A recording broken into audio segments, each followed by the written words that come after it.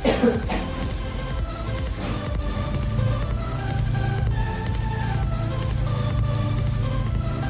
semua.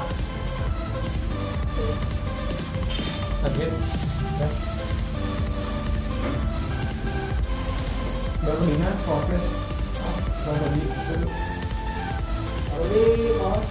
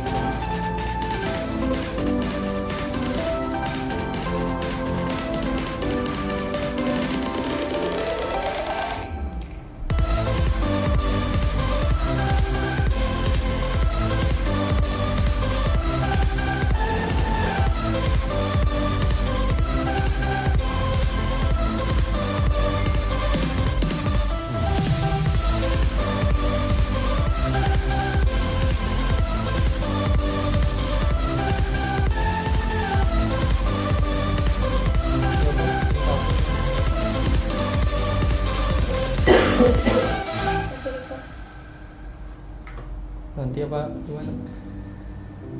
Ini udah bisa recording kok. Udah jadi kompas waktunya.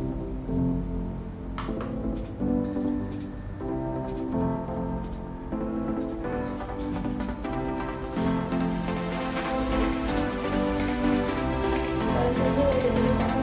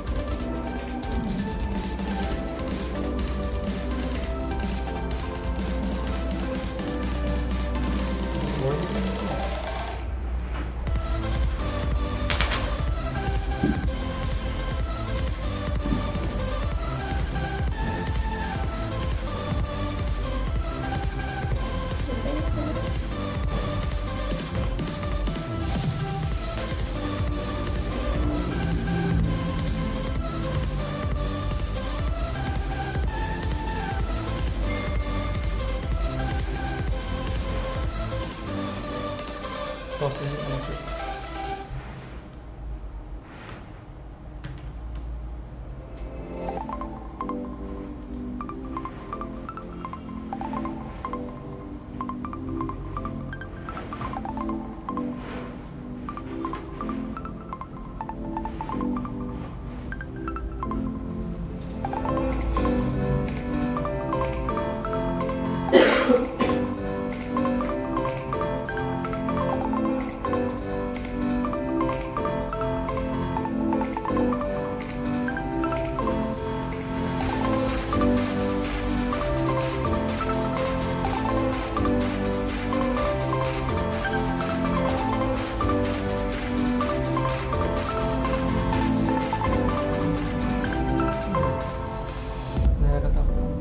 Di kos maksudnya yang ini gimana? Coba sih.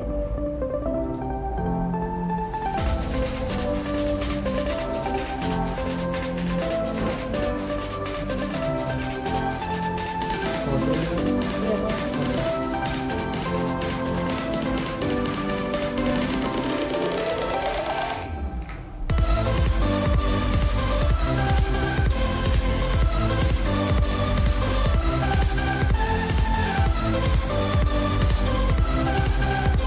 Jadi nanti yang bikin saya sama Ini udah kan?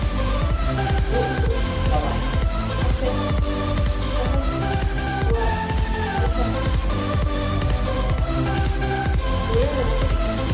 Dia udah kan?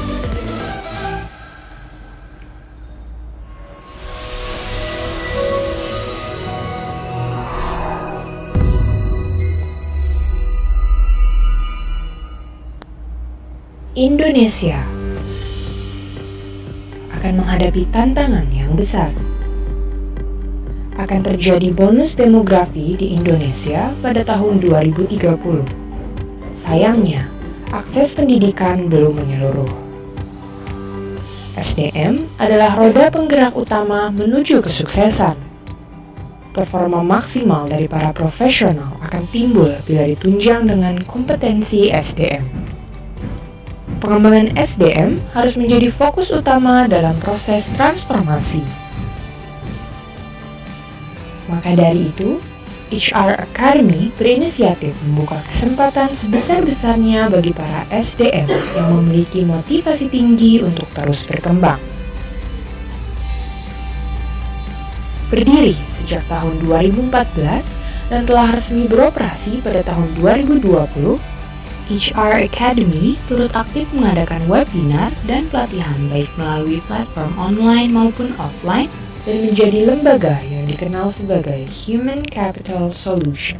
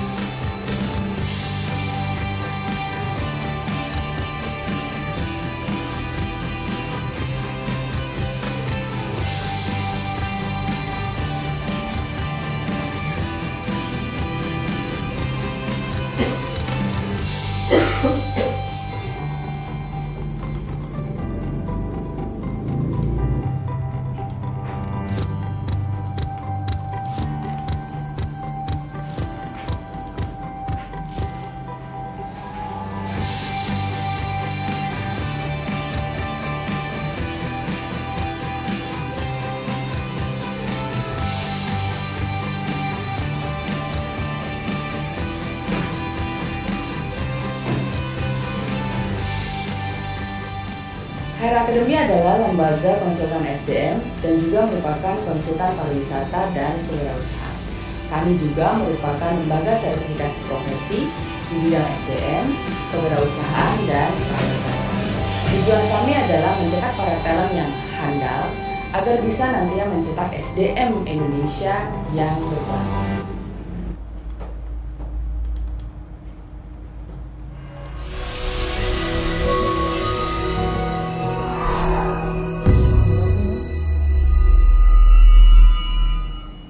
HRA Studio Kok suaranya ada tapi is a creative studio based in Jakarta, Indonesia.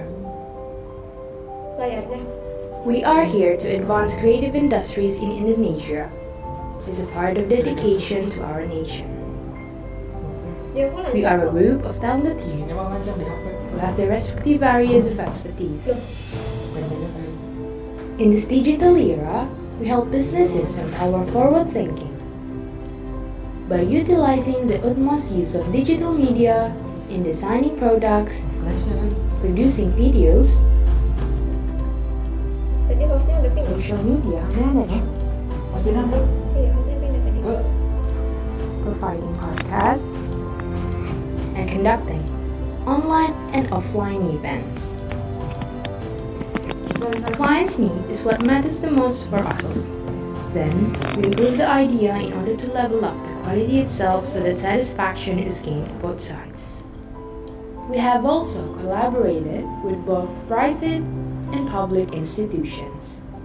Yang punya. Dan itu yang buat saya sampai sekarang akan berjuang demi COVID sampai kapanpun. Udah banyak tadi Bang Andi. Saya melihat bahwa kolaborasi ini di teman-teman Yaspreneur ini merupakan satu potensi yang luar biasa ya, dan harus menjadi prioritas.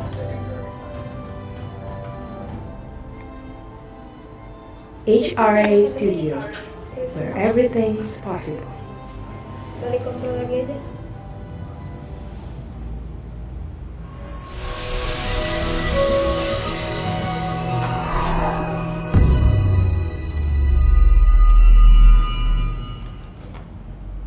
Indonesia akan menghadapi tantangan yang besar. Akan terjadi bonus demografi di Indonesia pada tahun 2030. Sayangnya, akses pendidikan belum menyeluruh. SDM adalah roda penggerak utama menuju kesuksesan. Performa maksimal dari para profesional akan timbul bila ditunjang dengan kompetensi SDM. Pengembangan SDM harus menjadi fokus utama dalam proses transformasi. Maka dari itu, HR Academy berinisiatif membuka kesempatan sebesar-besarnya bagi para SDM yang memiliki motivasi tinggi untuk terus berkembang. Berdiri sejak tahun 2014 dan telah resmi beroperasi pada tahun 2020, HR Academy turut aktif mengadakan webinar dan pelatihan baik melalui platform online maupun offline dan menjadi lembaga yang dikenal sebagai Human Capital Solution.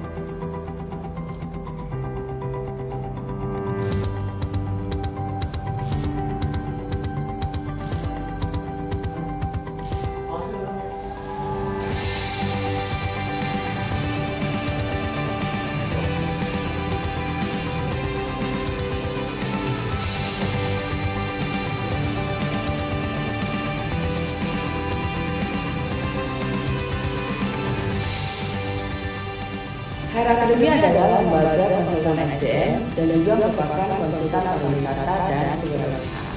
Kami juga merupakan lembaga sertifikasi profesi di bidang SDM, kewirausahaan, dan pariwisata.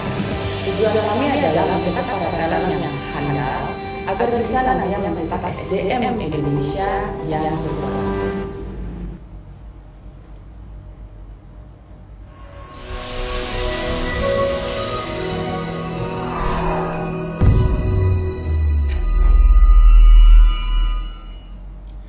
Assalamualaikum warahmatullahi wabarakatuh. Alhamdulillah, selamat siang dan selamat datang kepada para peserta yang telah hadir di hari ini dalam webinar pesat pendampingan UMKM sukses dan melesat kelas digital marketing bersama dengan HRA Mentor Takang Bang Rudi.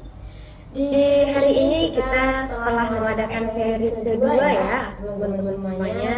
Hari ini akan membahas tentang makna konten promosi dalam branding usaha. keren banget, dan juga jangan sampai ketinggalan karena materi ini sangat bermanfaat untuk branding usaha dari Bapak Ibu sekalian, usaha teman-teman sekalian. Kita dengarkan langsung dari Bang Rudi yang usahanya pastinya sangat tahu nih gimana caranya untuk membrandingkan menggunakan konten promosi nanti.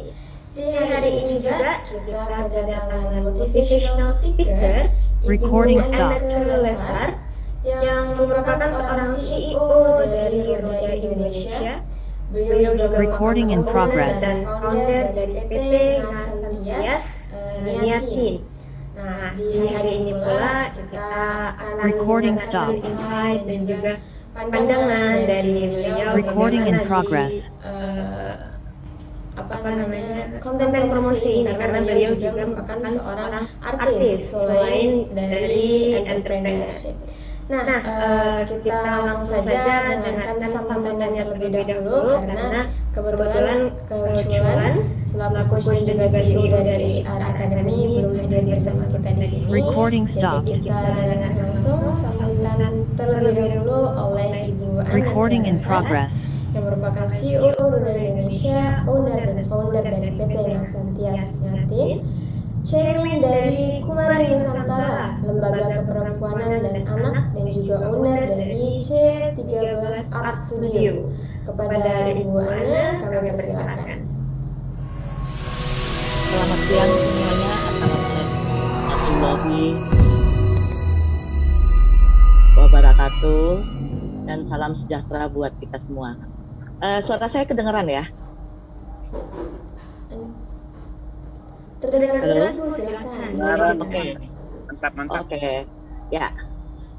Terima kasih saya sampaikan kepada Coach Wulan selaku CEO HR Academy, Bang Rudi R3 selaku mentor nasional yang berada di Kalimantan Barat, dan juga Mitra Roda Indonesia, dan rekan-rekan pelaku UMKM nasional, serta penggiat Dihilangin aja. usaha UMKM yang sudah hadir siang hari, termasuk kegiatan digital teknologi yang sudah dikembangkan dan dijalankan oleh di saat ini.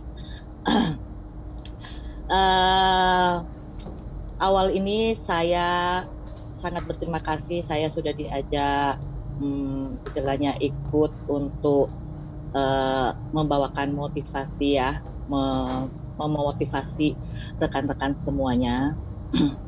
Sebenarnya saya ini bukan motivator handal ya, tapi mungkin cerita atau sharing saya nanti bisa istilahnya memotivasi teman-teman semua yang ada di sini. Ini saya langsung aja ya, Bu Wulan ya. Silakan Bu Ana, boleh. Ya.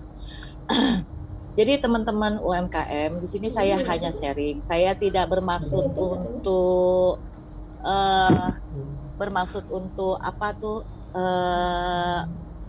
menggurui, tetapi mudah-mudahan dengan sharing ini saya bisa istilahnya memotivasi teman-teman dari segi usaha yang saya jalankan. Sebagaimana kita maklumi bersama, saat ini kita tengah berada dalam pada era di mana digitalisasi dan artificial intelligence mewarnai kehidupan industri yang merembet pada perilaku keseharian masyarakat. Teknologi digital telah mengubah cara manusia ya dalam berbicara, berkomunikasi, bertindak, dan mengambil keputusan. Keadaan ini itu mendorong UMKM untuk bisa beradaptasi dan bertransformasi. Ini juga membuktikan bahwa dunia digital itu telah menjadi dunia kita, mau nggak mau, suka tidak suka. Karena di era new wave ini ya, kian menuntut pemasar atau pelaku usaha untuk berpikir ke arah pemasaran dengan strategi low budget tapi high impact. Istilahnya modal dikit tapi bisa berdampak pada perekonomian, baik terhadap perekonomian keluarga ataupun perekonomian orang yang kita hire atau apapun. Kekuatan era ini mendorong pemasar ya, selain untuk mendapatkan pelanggan baru, tetapi juga berinovasi untuk mempertahankan pelanggan lama. Karena memang digital marketing ini memang isinya sebenarnya utamanya itu inovasi. Kita bisa berinovasi sedemikian ya dengan konten-konten ya, yang hari ini memang pembahasannya tentang konten promosi. Berdasarkan data yang saya akses nih ya, ada sebanyak 48% pengguna internet di Indonesia melakukan pencarian barang melalui online. 40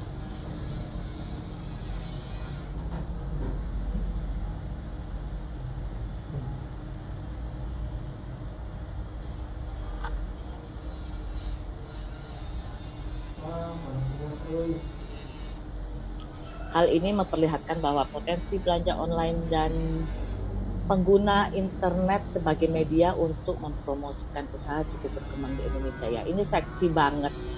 Saat ini itu tiang perekonomian di Indonesia itu sekarang itu online ya. Karena apalagi di masa pandemi seperti ini.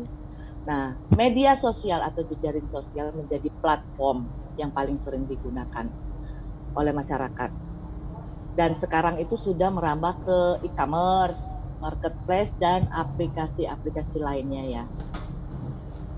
Kalau dibilang digital marketing bermanfaat, sangat bermanfaat. Keunggulannya apa? Target bisa diatur sesuai demografi, domisili, gaya hidup, bahkan kebiasaan. Hasilnya cepat terlihat, sehingga pemasar dapat melakukan tindakan koreksi atau perubahan apabila dirasa ada yang tidak sesuai. Jadi kita bisa utak-utik secara langsung gitu ya, melalui perangkat yang kita gunakan. Biaya jauh lebih murah daripada pemasar konvensional. Artinya apa? Daripada kita buka toko dengan nilai yang fantastis, juga kadang-kadang sekarang nyewa ruko, nyewa lapak atau apapun itu ya cukup memakan isi kantong kita ya. Keempat, jangkauan lebih luas karena tidak terbatas geografis. Artinya kita bisa menjangkau seluruh Indonesia, bahkan mungkin kalau kita sudah naik kelas, UMKM kita sudah itu bisa menjangkau pasar global. Dan itu sebenarnya harapan dari pemerintah ya, dan harapan pelaku-pelaku UMKM. Kelima, hasil dapat diukur. Misalnya jumlah pengunjung situs, jumlah konsumen yang melakukan pembelian online, kita bisa akses semua ya data. Memang konvensional juga kita bisa akses melalui data-data yang konvensional juga dia datang, tapi kadang-kadang di toko-toko konvensional itu kadang-kadang kita keluar masuk itu kita jarang ya ada yang istilahnya memberikan buku tamu gitu ya, asal dia sudah beli mungkin terkadang hanya dicatat di buku biasa siapa yang datang. Bisa kadang-kadang kan kita datang ke toko dimintain ya, Kak boleh minta nomor teleponnya atau apapun, tapi kesananya seringkali kita tidak, misalnya ada sesuatu yang baru kita tidak akan jarang ya ada yang diberitahu, kecuali sistem mereka sudah pakai sistem itu akan memberitahukan jika ada yang baru, itu kayak SMS blast atau di WA di blast ke semua pelanggan-pelanggannya, ini ada barang-barang baru gitu ya. Keenam, itu kampanye bisa dipersonalisasi, artinya kita bisa langsung direct ke masing-masing pelanggan kita istilahnya. Ketujuh, bisa melakukan engagement atau meraih konsumen karena komunikasi terjadi secara langsung dan dua arah. Tapi kita di sini di sisi lain digital marketing itu juga punya kelemahan, bukannya tidak.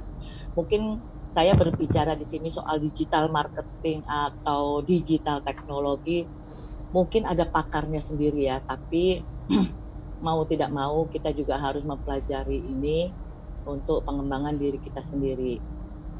Apa sih kelemahan dari digital marketing itu?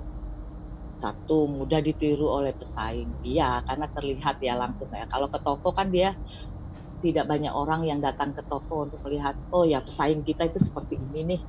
desain kita, ayo kita tiru. Nah, tapi kalau digital, istilahnya sudah digital teknologi, semua orang bisa mengakses, gitu ya. Kedua, dapat disalahgunakan oleh pihak-pihak tidak bertanggung jawab. Contohnya seperti pinjol atau apapun, itu banyak sekali. Bahkan sekarang sudah merambah ke grup-grup WA ya, untuk online shop kayak gitu-gitu. Banyak terjadi penipuan. Ketiga, reputasi menjadi tidak baik karena respon yang negatif. Artinya ketika kita mengakses sesuatu, kita tidak mungkin langsung merespon satu-satu, istilahnya pertanyaan-pertanyaan, banyak pertanyaan dari pelanggan. Akhirnya itu menjadi bumerang bagi kita sendiri. Ketika kita tidak respon atau tidak menjawab, itu ada testimoni-testimoni yang akan menjatuhkan kita ketika tidak respon. Ini juga berkaitan dengan SDM yang kita hire untuk melakukan istilahnya kayak customer care ya. Itu. Keempat, belum semua orang menggunakan teknologi internet. Nah, ini dia. Apalagi kita tahu misalnya kayak di kabupaten atau bahkan di pedesaan, tidak semua bisa mengakses itu dengan baik. Mungkin kedepannya oleh Pak Jokowi sekarang kan sudah dibangun internet masuk desa atau desa digital seperti itu.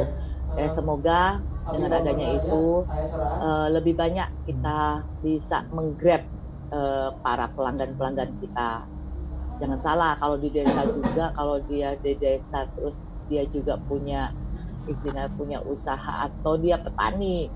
Kayak seperti di sini, saya kebetulan di Manado ya, itu petani cengkeh, kaya itu. Petani cengkeh itu istilahnya bisa membeli apa saja, tapi kalau tidak ada internet atau tidak dapat diakses oleh kita ya sangat disayangkan ya. Nah, berbicara soal kelemahan digital, ini juga ada kelemahan yang justru perlu perhatian khusus, yaitu permasalahan klasik sih bagi pelaku UMKM ya, seperti sumber daya manusia. Ketika kita pelaku usaha atau kita pengusaha lah, meng-hire orang yang tidak kompeten, itu bermasalah. Tapi saya sih berbicara di sini ya, semua lini, baik itu usaha besar, usaha kecil, apapun gitu, pasti sumber daya manusia ini dari zaman dulu sekarang itu menjadi masalah ya, masalah penting di dalam suatu usaha atau di dalam perusahaan. Kedua, akses teknologi. Nah, permasalahan yang sering dijumpai dalam pelaku UMKM adalah terbatasnya kemampuan dan pengetahuan mereka dalam memanfaatkan teknologi serta platform digital. UMKM itu umumnya belum tahu cara-cara memaksimalkan berbagai macam fitur pada platform digital yang dapat menjangkau skala pertumbuhan ya yang lebih besar. Nah, ketiga ini strategi bisnis. Nah, kenapa strategi bisnis di sini dimunculkan? Karena kita dari toko atau usaha yang konvensional beralih ke online, itu tuh strateginya lain. Jadi ketika kita hanya ketemu sama orang langsung ya, dengan berbicara secara online, secara virtual itu artinya yang nampak ya, teknologi ya yang berbicara ya, seakan-akan kita itu berbicara sama HP kita sendiri atau sama laptop kita sendiri. Nah, itu lain strategi bisnisnya yang saya rasakan juga. Nah, bisnis UMKM pun harus fokus pada strategi. Anda mohon maaf, 3 menit lagi ya. Oke, apa ya maksudnya? Gimana Ibu? 3 menit lagi. Oh, waktunya hanya 3 menit lagi buat saya ya? Iya, Bu. Oke, jadi gini aja, saya hanya berbicara soal gimana solusi untuk menaikkan scale up ya, supaya UMKM bisa naik kelas, yaitu satu, tim yang solid. memahami visi dan misi. Saya punya 4 pilar di sini: jujur, kompeten, komitmen, dan konsisten. Itu saya selalu tetapkan di sini di usaha saya. Kedua, identitas dan branding. Sudah benar ini istilahnya diadakan seperti ini, webinar-webinar itu akan membantu para pelaku-pelaku UMKM yang kurang paham, gitu ya. Pemasaran digital itu juga perlu kita adakan seperti ini karena kita tahu kita hanya melakukan usaha tapi tidak tahu cara memasarkannya seperti apa, juga itu memerlukan kendala. Konsisten, terus apa ya beralihlah sekarang ke marketplace dan e-commerce yang ada, gitu ya. Akhir kata sih, kalau saya memotivasi teman-teman, wujudkan mimpi-mimpimu sendiri ya, atau orang lain yang akan mempekerjakanmu untuk mewujudkan mimpi mereka. Jangan takut salah, karena kalau tidak ada salah maka tidak ada benar. Ini kan kita mencari kebenaran ya, dengan belajar seperti ini. Seperti itu aja mungkin Bu Wulan saya, soalnya sebelumnya saya dikasih tahu untuk memberikan ini ya, motivasi sekitar 20-30 menit ya. Saya tidak tahu kalau secepat itu. Terima kasih teman-teman.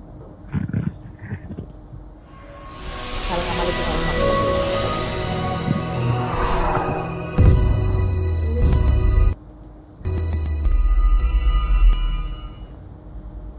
Terima kasih banyak Ibu Ana atas motivasinya, poin-poin juga yang diberikan untuk bagaimana pentingnya pemasaran digital, lalu juga apa yang harus diperhatikan, dan juga kepada para teman-teman di sini ya. Semoga tadi yang disampaikan oleh Ibu Ana bisa membantu dan menjadi kobaran api semangat untuk memotivasi mereka bisa lebih naik kelas lagi untuk para pelaku UMKM.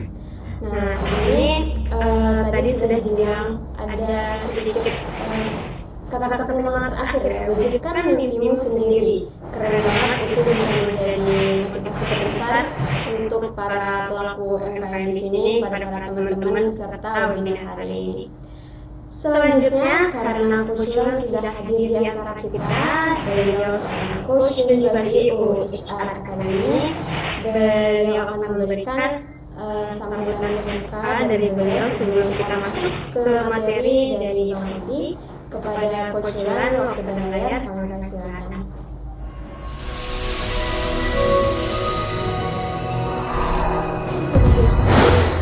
Bener nggak? Serem deh, lu bilang lagi. Oke. Assalamualaikum warahmatullahi wabarakatuh.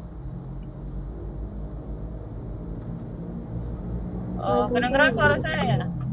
Waalaikumsalam Bu, terdengar jelas. Oke, ini mohon maaf sebelumnya karena saya lagi ada acara di luar ya, dan ini ramai sebenarnya.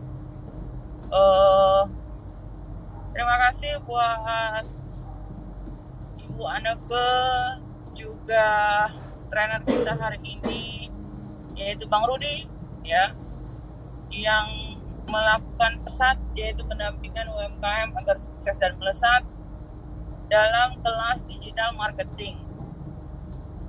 Seperti kita ketahui ya, target pemerintah untuk agar pelaku UMKM atau pelaku bisnis itu agar berpindah atau menggunakan digital. Nah, sebagai data, supaya kita tahu bahwa UMKM kita itu ada yang mikro ya, dan 65 juta. Tetapi baru 12 juta yang menggunakan digital. Nah, coba bayangkan. Mas Rudi, Bang Rudi, HR Academy punya target yang cukup besar ini ya, kalau ingin membantu agar pelaku UMKM go digital. Karena dari 65 juta, ternyata baru 12-an atau 13 juta yang menggunakan digital. Jadi bayangkan, masih banyak sekali pelaku UMKM yang belum melek teknologi. Nah, tugas kita semua bagi para mentor, khususnya mentor HR Academy, agar bisa mendampingi teman-teman yang ada di daerah khususnya agar bisa mulai beralih ke teknologi, ya, melakukan kelas-kelas digital atau aplikasi digital. Jadi cara marketingnya pun sudah menggunakan digital, ya. Kalau kita mau pemasaran kita luas. Nah, inilah yang menjadi tantangan. Apalagi sekarang sudah AFTA, ya, AFTA udah go global, ya. Barang-barang dari luar sudah masuk ke kita. Nah, sekarang kapan barang kita bisa keluar? Nah, itu juga tantangan. Kan gak mungkin kita bawa barang kita ke Australia, gak mungkin kita sendiri yang membawa barang kita ke Singapura, kita gak mungkin juga yang membawa barang kita atau produk kita sampai ke Amerika dan seterusnya, ya. Tetapi kita bisa memasarkannya mulai dari dunia digital. Dengan digital kita bisa meraih dunia dan memperkenalkan produk kita sampai ujung dunia sana. Nah, inilah pentingnya ya digital. Nah, cuma tantangannya tadi kita banyak sekali masih belum melek digital. Nah, ini tugas para mentor HRA agar bisa melek digital. Jadi gimana caranya? Ya mulai dari sekarang, mulai dari yang kecil dan mulai dari diri sendiri. Nah, terima kasih buat Bang Rudi. Lanjutkan, saya lihat ada beberapa kelas nih ya, beberapa ronde. Alhamdulillah ya, semoga menjadi amal jariah bagi Bang Rudi dan juga bagi semua pihak yang mensupport, termasuk dari Bu Ana tadi. Terima kasih banyak Bu Ana, mudah-mudahan jangan bosan apabila dimintain support oleh HRA. Oke. Sama-sama. Dari saya mungkin sekian. Terima kasih. Silakan Mbak Hona dilanjutkan.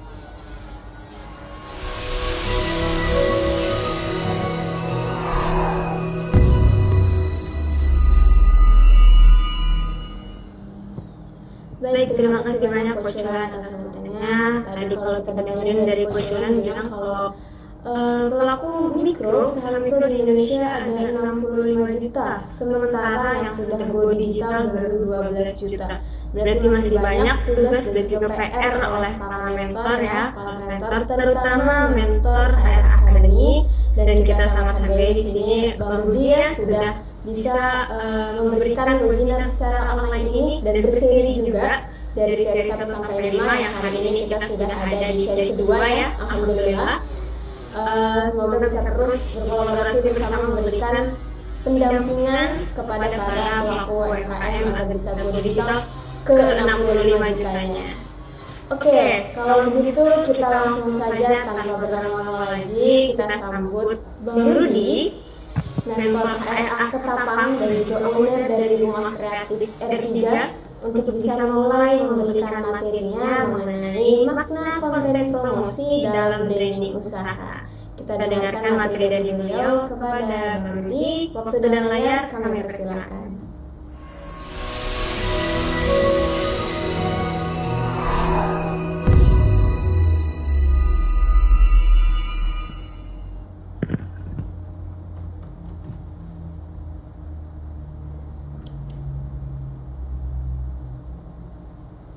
Baik, terima kasih Mbak Hauna. Assalamualaikum warahmatullahi wabarakatuh. Waalaikumsalam warahmatullahi wabarakatuh. Selamat pagi, semangat pagi dan semangat berbuat untuk berbagi. Terima kasih juga, saya luar biasa kedatangan sahabat saya dari Manado dan beliau juga adalah CEO dari Roda Indonesia yang merupakan aplikasi online yang juga bukan cuma hanya bergerak di jasa ojek transportasi online, juga ada sebuah fitur-fitur yang mungkin akan nanti bermanfaat. Kemudian nanti kita ada tanya jawab sama beliau nanti di sesi terakhir nanti, karena beliau ada di Manado dan juga timnya juga ada di Bandung dengan bergerak di bidang digital. Dan terima kasih juga buat kepala sekolah saya, Coach Ulan. Saya juga mengucapkan buat semua ibu-ibu, selamat Hari Ibu buat semuanya. Terima kasih. Ya, jadi mohon maaf tadi juga di pagi-pagi udah ada yang mencolek saya, kenapa baru tidak ada buat desain ucapan. Biasanya buat, kebetulan memang saya sesuai amanah dari konsulan, saya mencari beberapa referensi yang mudah-mudahan hari ini bermanfaat buat teman-teman. Jadi saya agak mengabaikan sebuah kerjaan, jadi saya lebih mencarikan data-data yang semoga sangat berguna, itu copywriting. Itu janji saya ke konsulan. Oke, saya izin share screen ya. Bang. Ini belum share screen nih, share screen. Masih disable. Share screen masih disable. Admin. Dah, sip.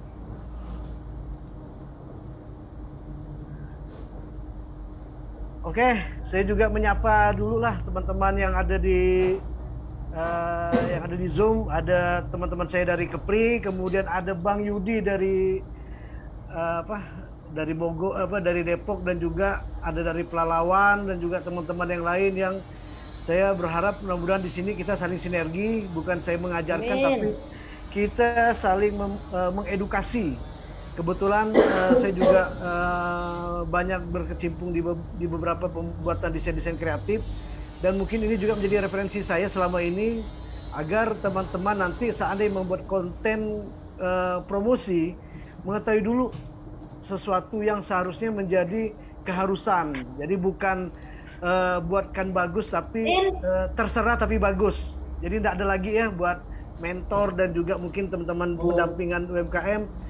Karena kenapa? Kasihan bagian desain, nanti kalau seandainya terserah tapi bagus itu bingung. Gitu. Karena itu kalimat yang sangat tidak dienakkan oleh orang kreatif. Makanya jangan heran kalau seandainya orang-orang kreatif itu kalau membuat desain itu dia buat asal aja dulu. Karena nanti setelah dibuat itu nanti baru akan protes. Loh kok warnanya merah? Loh kok banyak gambarnya? Nah, karena waktu awal tidak ada disebutkan. Nah, jadi materi yang paling yang saya cari ini dari tadi malam dan juga dari kemarin itu khusus buat Hari Ibu, buat konsulan kepala sekolah saya. Semoga terus selalu semangat menginspirasi, yaitu copywriting. Jadi copywriting ini nanti akan saya bedah beberapa, mudah-mudahan kalau saya sempat membuat kontennya, saya akan coba buat kontennya. Nah, ini saya agak mengambil gambar konsulan, izin konsulan ya. Nah, jadi sebuah target marketing itu adalah bagaimana kita bisa mengejar sebuah target. Target marketing itu apa? Ini dulu sebelum kita masuk ke copywriting, kita harus menentukan target marketing kita karena itu sangat viral sekali dan juga sangat vital sekali. Disinilah kita di mana kita akan mengejar ke usaha kita itu adalah kuliner, apakah usaha kita itu jasa, atau usaha kita itu ke produk-produk. Jadi kita tentukan dulu market pasar kita. Kebetulan bersemangat nih dengan ada di gambar saya. Nah, kemudian siapa market Anda? Nah, jadi di sini kita sebelum membuat sebuah copywriting, maka kita memang sangat membutuhkan apa sih yang dibutuhkan oleh konsumen kita, apa yang diinginkan, dan problem-problem yang mereka hadapi, dan juga solusi apa sih yang bisa kita berikan. Jadi kita kesampingkan dulu produk kita, tapi kita menelaah dulu. Misalnya kayak Pelalawan, Mbak Ratna, usahanya itu keripik. Nah, apa sih yang dibutuhkan oleh orang yang akan membeli produk kita? Ya mungkin kita bisa mengejar targetnya adalah mungkin untuk acara-acara. Kemudian kemudian target kita mungkin apakah itu anak remaja, apakah itu acara-acara di kampus, apakah acara di kantor, atau acara-acara di pertemanan. Ini yang harus kita bidik dulu sebelum kita membuat copywriting. Lalu kendala mereka apa?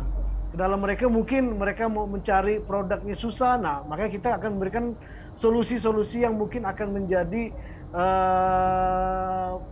senjata penjualan kita, yaitu kita mungkin bisa kita antar atau kita beri diskon atau yang lainnya. Nah, jadi semua itu tetap akan membuat sebuah pola. Nah, pola inilah yang ingin saya bagi ke teman-teman yang menjadi rahasia bagi para konten-konten kreator dan juga para copywriting yang selama ini membuat dan mengkonsep sebuah copywriting. Jadi kadang-kadang kalau seandainya teman-teman yang mungkin belum paham masuk di dunia grafis atau di dunia promosi atau di dunia branding, sebenarnya itu begitu kita mendapat amanah membuat sebuah media promosi, itu sebenarnya kalau seandainya merasakan kehidupan orang-orang kreatif itu dengan di malam hari bertemankan dengan jangkrik, sebatang kopi, sebatang rokok dengan kopi, itu benar-benar ingin membuatkan sebuah yang terbaik. Jadi jangan terlalu mengsangsikan kalau seandainya yang bagus bang ya, tetap ya nama orang-orang kreatif akan memberi yang bagus karena itu adalah berimpact juga pada orderan next selanjutnya. Nah jadi inti dari pola itu sebenarnya terbagi atas 3. Jadi terbagi atas traffic, kemudian conversion dan juga relation. Nah mungkin nanti kalau copywriting ini masuk kemana? Copywriting itu masuknya di conversion, yaitu di mana kita akan bertemu dengan media-media promosi, kita akan bertemu dengan kata-kata yang kira-kira akan menjadi pamungkas kita. Nah, tapi sebelum kita membuat copywriting, kita juga harus mengaktifkan dan juga mengajak dan juga memperbesar adanya traffic. Traffic ini datangnya dari mana? Traffic ini datangnya dari media sosial, kemudian Facebook, WA, IG, dan juga media-media yang memang ada di publik. Jadi percuma kalau kita membuat copywriting yang bagus, kita membuat sebuah konten yang menarik, tapi traffic kita itu sedikit. Nah, salah satunya saya pernah bahas traffic itu adalah adanya saling sharing. Kita sharing ke teman, akhirnya teman juga membalas kita, nanti teman juga meng-add. Makanya tips dari saya traffic ini adalah bagaimana usahakan teman-teman juga meminta mereka itu meng-add pertemanan. Bukan kita mempertemankan dulu, tapi kita minta mereka mengikuti kita, karena nanti akan berpengaruhnya kepada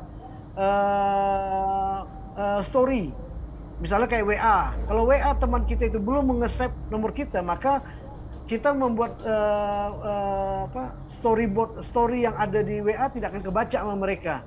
Kemudian kalau di Facebook, kalau teman kita belum mengikuti kita atau add kita, maka sama aja juga mereka tidak akan bisa melihat story yang ada di kita juga. Jadi traffic ini kita perbanyak dulu, kemudian baru kita masuk ke senjata kita itu copywriting dan juga adanya saling berhubungan sama teman-teman yang lain. Ya mendatangi juga adanya hubungan yang baik lah kita jaga di sini. Nah, saya sedikit membahas tentang traffic. Jadi traffic ini tadi yang sudah saya bahas itu ada 3 jenis, yaitu ada organik, ada anorganik, dan juga ada direct traffic. Kalau organik itu tadi saya bilang datangnya dari SEO atau sosmed. Misalnya dari Facebook, dari YouTube, dari mana-mana, dan juga dari mereka yang bisa kita ajak untuk masuk ke dalam pertemanan kita. Nah, kalau unorganic atau paid traffic itu adalah dari yang berbayar atau dari FB, AdSense, kemudian yang lain. Nah, sedangkan direct itu kita mengajak mereka langsung atau kita mengajak mereka untuk bergabung dengan kita. Maka akhirnya traffic kita akan menjadi banyak di situ. Nah, di sini masuk kita sebelum kita masuk copywriting yang perlu kita pahami adalah saya membuat istilah adanya trap atau jebakan di dalam kolam. Ini mungkin asik nih ya Bang Yudi, mungkin bisa sama-sama. Saya juga mengambil dari sadur dari teman-teman saya yang dari para motivator dan juga para content creator, itu salah satunya Bang Dewa, yaitu adanya trap. Jadi ini adalah jebakan. Kita membuat sebuah, kalau kita pengen penjualan kita besar, pengen penjualan kita itu maksimal dan juga mendatangkan, janganlah kita memancing di yang tidak banyak pengunjungnya. Jadi ibaratnya kita membuat kolam sendiri. Nah, ini diistilahkan kolam itu adalah tempat kita untuk di mana para konsumen itu masuk. Nah, jadi pertama kita menyediakan dulu sebuah kolam yang mana nanti akan diisi oleh para konsumen. Misalnya entah kita membuat grup, entah kita membuat pertemanan, kita masuk ke dalam sistem misalnya dalam Facebook page. Akhirnya di situ bertemulah teman-teman yang bisa kita akan kita jual. Nah, kemudian setelah kita membuat kolam, maka kita isilah teman-teman, kita ajak mereka untuk gabung di dalam grup kita ajak ada di dalam pertemanan kita di WA, ada dalam save di HP kita, kemudian ada juga di dalam daftar list pertemanan kita. Nah, setelah ikan-ikan itu sudah masuk ke dalam kolam kita beri makan. Nah, makan ini istilahnya kita memberi sharing. Kalau istilahnya Bang Yudi itu kita saling sedekah cerita ya Bang Yudi. Kita sedekah bercerita, kita juga saling mengerti tentang kondisi mereka. Kita juga masuk sebagai mungkin penyeimbang, mungkin mereka ada keresahan tentang bagaimana produk saya ini bagaimana untuk menjual.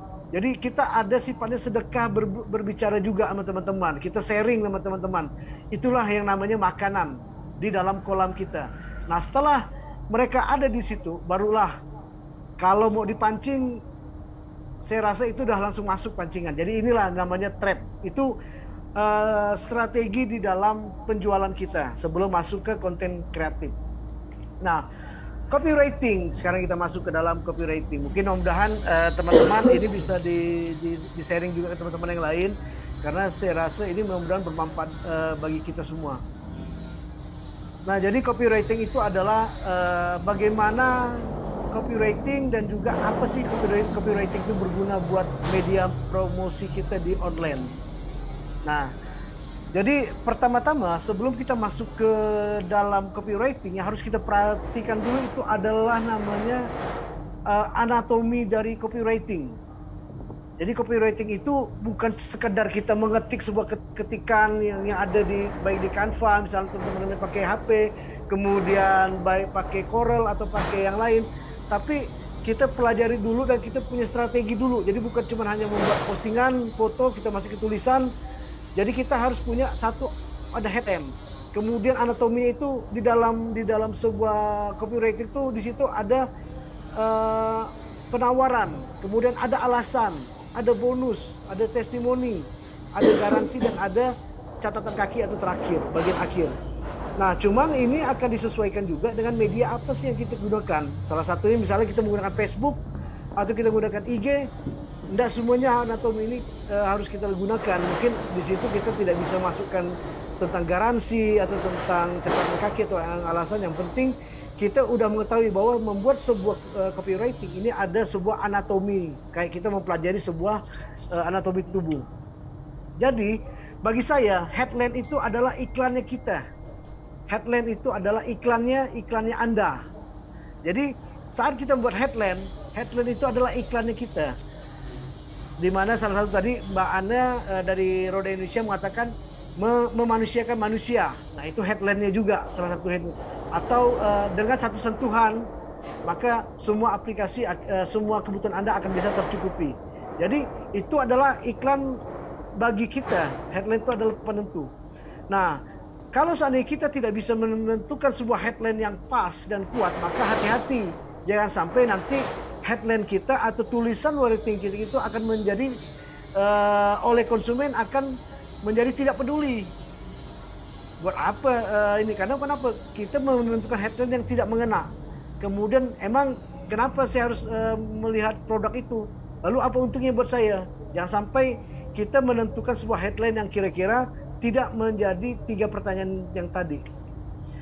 Nah, ini saya lagi seru-seru nih. Copywriting itu adalah bagaimana kita menyerang atau membuat sebuah berita yang benar. Saya cuma fokusnya ke headline ya. Bagaimana kita membuat sebuah berita yang kira-kira menjadi serangan yang bisa membuat orang itu selanjutnya dia mau lagi. Begitu kita memberikan sebuah headline yang mutakhir, kita bisa membuat orang itu langsung mau beli. Dan selanjutnya orang akan antri untuk membuat giliran. Giliran saya kapan? Tapi kalau kita tidak bisa menentukan headline untuk copywriting yang bagus, maka tidak akan ada sasaran seperti Pak Joro yang tadi ini menembak ke anggotanya. Nah, jadi mungkin di sini saya akan sedikit memberikan sebuah jenis-jenis headline. Jadi headline itu juga teman-teman para mentor dan juga para pelaku UMKM juga harus mengetahui bahwa headline itu bukan cuma tulisan yang di atas besar itu, tapi kita harus menentukan ada di sini saya melihat tuh ada 12 kategori dari headline. Nah, apakah kita harus memilih salah satunya? Enggak juga. Tapi kita bisa menentukan misalnya kayak pelalawan lagi mempromosikan banana chick. Kayaknya saya kepengen hari ini saya buat headline tentang teaser atau menantangi orang. Atau misalnya besok saya pengen membuat headline ini, makanya saya buat guide ini agar teman-teman juga bisa menentukan headline apa yang mau kita tentukan hari ini, headline apa yang mau kita tentukan besok, headline apa yang mau kita tentukan kira-kira kita ada kompetitor. Nah, di saat misalnya kita membuat benefit, ini nanti contohnya saya ada memberikan contoh ya, contohnya ya. Jadi benefit ini adalah bagaimana kita membuat sebuah headline yang sifatnya menginformasikan tentang keuntungan. Yaitu bagaimana bahasanya yang misalnya contoh kayak gini, keuntungan. Beli satu dapat beli banana chick 2, Anda gratis 1. Nah, itu adalah sifatnya headline yang sifatnya memberikan keuntungan. Atau dapatkan keuntungan dari banana chick, maka Anda akan mendapatkan keuntungan tersendiri. Nah, itu jadi ada sesuatu yang didapatkan oleh konsumen di saat kita membuat sebuah headline. Nah, yang kedua tentang news. Headline news ini kita membuat sebuah headline di mana headline ini berupa tentang berita. Kemudian ada tentang, saya paling senang itu headline nomor 4, yaitu membuat penasaran orang. Karena habitatnya manusia itu pengen tahu. Jadi kalimat-kalimat misal tunggu tanggal 25 Desember ada sesuatu loh. Nah, itu headline besarnya. Jadi akhirnya orang penasaran, ada apa sih tanggal 25 ini? Nah, kemudian misalnya begitu Anda pencet tombol ini, maka Anda akan mendapatkan sesuatu. Tunggu besok. Nah, itu membuat orang penasaran. Nah, kemudian ada gimmick atau kejutan, misalnya begitu dia membeli sesuatu, dia akan mendapatkan sesuatu. Kemudian ada juga fear atau menakut-nakuti. Menakut-nakuti bukan artinya yang negatif ya. Menakuti ini misalnya seandainya kalimatnya kayak gini, besok kalau Anda ingin membeli, maka akan saya belum menjamin Anda akan mendapatkannya. Hanya hari ini. Misal kayak gitulah. Kemudian question, kemudian ada comment, ada claim, ada you, dan juga mungkin nanti mudah-mudahan waktunya panjang dan cukup. Saya juga mengejar waktu dikasih sama Mbak Huna. Jadi kita coba lihat ini, dipelajari dulu lah nanti masing-masing. Nah, saya ada sedikit contoh yang ingin saya bagikan sama teman-teman, yaitu nah ini kita kasih contoh ya. Tolong kita lihat dulu, misalnya beli 1 dapat 2. Tolong diketik, mungkin ada yang tahu ini termasuk ke dalam headline apa? Saya sambil lihat komen ya. Ya, ada ya apa? Beli 1 dapat 2. Atau misalnya nikmati indahnya bulan madu. Ini artinya kita udah masuk ke dalam headline khusus. Artinya kita udah menentukan target market kita adalah orang yang baru menikah. Misalnya kita memberikan jasa travel atau apa. Kemudian misalnya kita buat fakta mengejutkan dari manfaat jengkol. Nah, ini adalah salah satu dari headline dari news. Jadi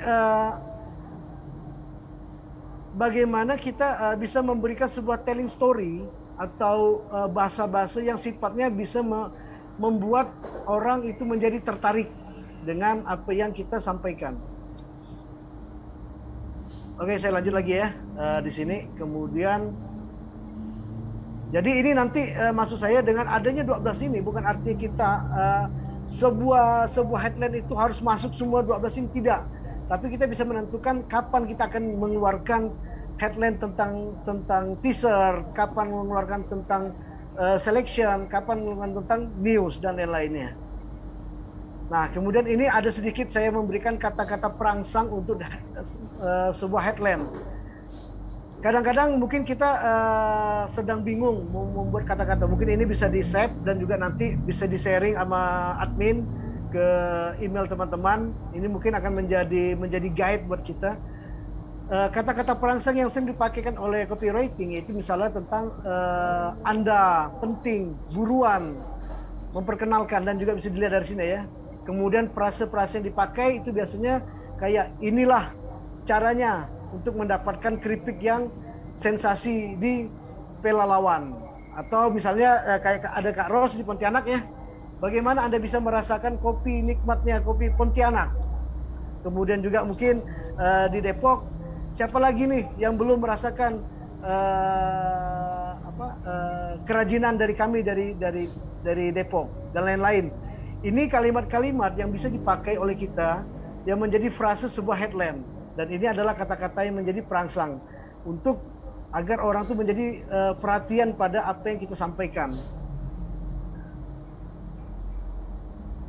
Sampai sini mungkin saya juga lihat tadi ada beberapa yang bertanya, saya tampung dulu ya, kita coba nanti bahas sama-sama nanti. Nah, kemudian ini saya ada memberikan tips di dalam menulis headline. Kita menggunakan sebuah kata, menggunakan angka. Misalnya tadi seperti Konsulan tadi ada bilang bahwa 60 juta orang pelaku UMKM, hanya 12 juta yang menggunakan media sosial. Nah, ini adalah sebuah angka yang bisa kita pakai untuk menyebutkan menyebutkan ke dalam headline kita. Jadi kata-kata angka, kemudian pemberitahuan, menghilangkan hambatan. Hambatan ini artinya seandainya kita melihat bahwa produk kita bisa memberikan sebuah kebaikan, misalnya contoh kayak Roda Indonesia, saya ambil contoh Roda Indonesia, bahwa selama ini kebanyakan para pelaku UMKM itu menjual produknya, dia harus mengantarkan barangnya ke konsumen, dia harus membereskan orderannya dulu, baru dia bisa melayani pengiriman barang ke temannya.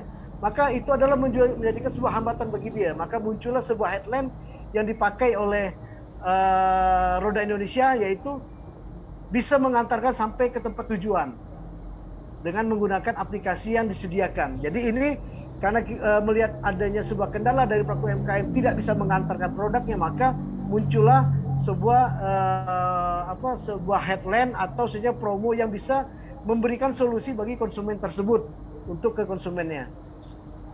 Kemudian kita juga bisa kadang-kadang, misalnya tadi saya pakai foto Konsulan, itu menjadi sebuah garansi bagi kita. Tapi ya kita berizin dulu. Saya juga ada izin sama Konsulan ya. Jadi menggunakan foto. Kadang-kadang mungkin pernah saya juga membuat produk, di saat produk saya itu dibeli oleh misalnya kepala dinas, kemudian wakil bupati, kemudian orang-orang yang saya anggap ini akan berpengaruh kepada penjualan saya selanjutnya. Contoh waktu itu ada Hamjahas datang dari wakil presiden Indonesia ke Ketapang. Saya buat produk dan alhamdulillah beliau menerima produk itu, dan bagi saya itu adalah senjata bagi saya untuk mengenalkan. Jadi itu menjadi garansi bagi orang lain bahwa Hamjahas saja memakai. Atau toko-toko nasional juga ada menggunakan misalnya kayak menjual keripik, tiba-tiba di situ ada Pak Camat yang membeli. Nah, kalau bisa kita ajak foto dengan Pak Camatnya. Nah, kemudian kita posting, kita branding bahwa Pak Camat juga menjadi garansi kita. Nah, kemudian juga sebaiknya juga kita memberikan keuntungan yang ada di dalam produk kita juga. Nah, kemudian untuk cara menyampaikan ini, memang secara teori ini menjadi guide buat teman-teman ya. Kita coba ulas sama-sama nanti. Cara menyampaikan penawaran ini ada beberapa item yang harus diperhatikan, yaitu adanya pengantar, adanya deskripsi produk, adanya detail dari manfaat. Kadang-kadang kenapa advertising itu tidak sampai ke konsumen kita? Kadang-kadang kita melupakan adanya sesuatu hal, yaitu misalnya kita menyampaikan tentang maksud dan manfaatnya apa sih buat mereka. Ini kadang-kadang kita lupa, kenapa sih mereka harus membeli produk kita? Kenapa mereka harus memiliki produk kita? Kenapa mereka harus buru-buru mendapatkan sebelum orang lain mendapatkannya? Kenapa mereka harus segera? Nah, ada peluang apa sih? Ada manfaat apa? Nah, ini yang harus kita munculkan ke dalam konten copywriting kita, ke dalam promo kita juga. Nah, jadi frase-frase yang tadi saya bilang tentang alasan ini bisa menjadi guide buat teman-teman, yaitu kenapa produk ini harus mereka beli, mengapa produk ini wajib mereka miliki, kenapa pentingnya kalimat-kalimat itu kita susun dengan sebaik-baiknya, lalu alasan apa mereka untuk bergabung menjadi tim produk atau misalnya menjadi tim reseller kita ke depannya juga yang lain. Banyak hal yang kita biasa lihat ke dalam ini, mungkin kita saling sharing. Kadang-kadang ada kita melihat sebuah promo yang ada di promosi yang ada di Facebook atau di WA atau di IG, kadang-kadang kita berhenti sejenak, pengen membaca, pengen tahu. Karena apa? Di situ ada sebuah frase-frase dan juga bahasa-bahasa yang digunakan untuk membuat kita tuh jadi pengen tahu ada apa sih dengan produk ini. Tapi kalau kekuatan kita itu tidak bisa memberikan sebuah impact bagi pembaca atau calon pembeli, maka produk kita atau promosi kita juga akan terlewati. Nah, nanti ini akan berhubungan dengan cara membuat desainnya. Yang penting kita mudah mengerti dulu struktur dan anatomi dari sebuah headline itu adalah seperti ini. Nah, kemudian kadang-kadang juga kita sering lupa atau mengabaikan bahwa kita juga harus memberikan sebuah informasi tentang agar mereka itu tetap melike atau mereka men-share apa yang udah kita sampaikan. Contohnya begini teman-teman. Jadi kadang-kadang saya sering melakukan saat saya memberikan promo ke calon konsumen saya. Kadang-kadang saya berharap agar produk saya itu bukan cuma mereka aja yang membaca. Saya minta tolong dibagikan atau di-share ke akun mereka. Karena begini, saat kita berteman dengan si A, hanya mereka yang bisa melihat. Tapi saat mereka membagikan atau men-share, maka pertemanan yang tidak ada berteman sama kita, mereka juga akan melihat. Jadi itulah tujuannya agar kita minta untuk bantu men-share, men-like dan komen, karena itu akan menjadi poin-poin buat promo kita juga. Nah, ini ada beberapa contoh tentang call action yang mungkin akan sangat berguna bagi teman-teman yang lain, bagaimana kita bisa menggunakan dan menerapkan ini ke dalam promosi-promosi kita, dan mudah-mudahan ini nanti bisa di-share oleh panitia ke teman-teman sekalian untuk mendapatkan sharing ini. Ini saya juga bukan artinya saya yang merancang ya. Ini saya juga mencari beberapa referensi teman-teman yang lain dan sering saya gunakan saat saya bad mood. Saat saya bad mood, maka saya juga menggunakan call action seperti ini untuk mencari sebuah kata-kata yang bisa menjadi senjata untuk promosi. Nah, ini untuk catatan kaki terakhir kita agar kita bisa memberikan sebuah manfaat dari produk kita bagi mereka. Dan terakhir adalah kembali lagi pada media apa sih yang akan kita gunakan dalam promosi. Apa target kita adalah WA, apa target kita nanti Facebook, apa target kita nanti Twitter, apa target kita nanti ke Telegram, apa target kita nanti ke Instagram. Ini harus kita rancang dulu. Ini harus kita siapkan anatominya dulu. Ini harus kita siapkan kata-kata yang menjadi bahasa pembaku. Nah, kemudian saya mungkin mengutip sebuah kalimat dari bapaknya advertising dunia, yaitu David Ogi.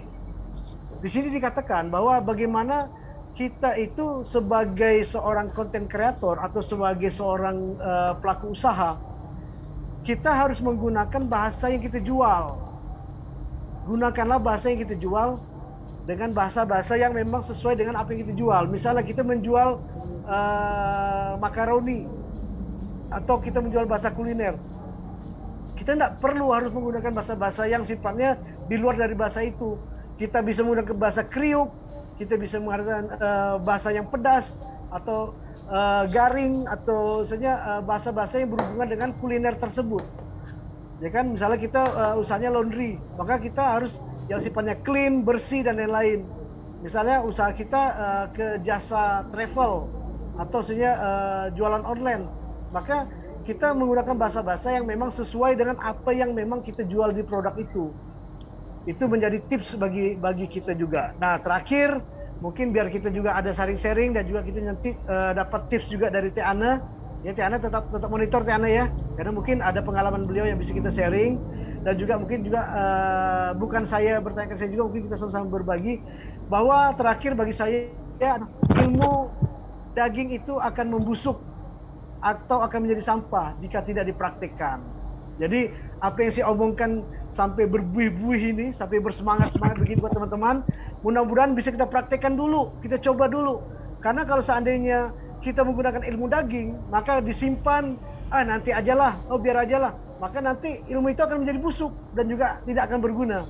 Jadi walaupun kita tidak tahu, kita coba praktekkan, mudah-mudahan akan menjadi penyemangat kita dan juga sharing kita bagi kita semua. Nah, mungkin itu yang bisa saya bagikan, amanah saya dari Konsulan untuk berbagi bagaimana kita bisa saling menyemangati, saling berbagi apa yang saya pernah lakukan, apa yang saya pernah dapat, kita berbagi. Jadi terima kasih buat kawan-kawan dari HRA, para mentor, ya kan. Kemudian juga saya juga menyapa ya Konsulan hari ini. Alhamdulillah saya banyak kedatangan teman-teman pelaku UMKM dari Ketapang nih. Mudah-mudahan nanti bisa masuk bergabung menjadi UMKM naik kelas. Ada Mbak Dia, kemudian ada Mbak Dewi yang usaha keripik, kemudian juga ada teman-teman dari pelaku UMKM dari Puan Ketapang, dan juga teman-teman dari komunitas organisasi yang lain. Dan juga terima kasih buat teman-teman dari seluruh Indonesia yang ada di semuanya. Mudah-mudahan ilmu ini bermanfaat buat kita semua. Saya kembalikan ke Mbak Hauna. Silakan Mbak Hauna, kita saling sharing aja. Assalamualaikum warahmatullahi wabarakatuh.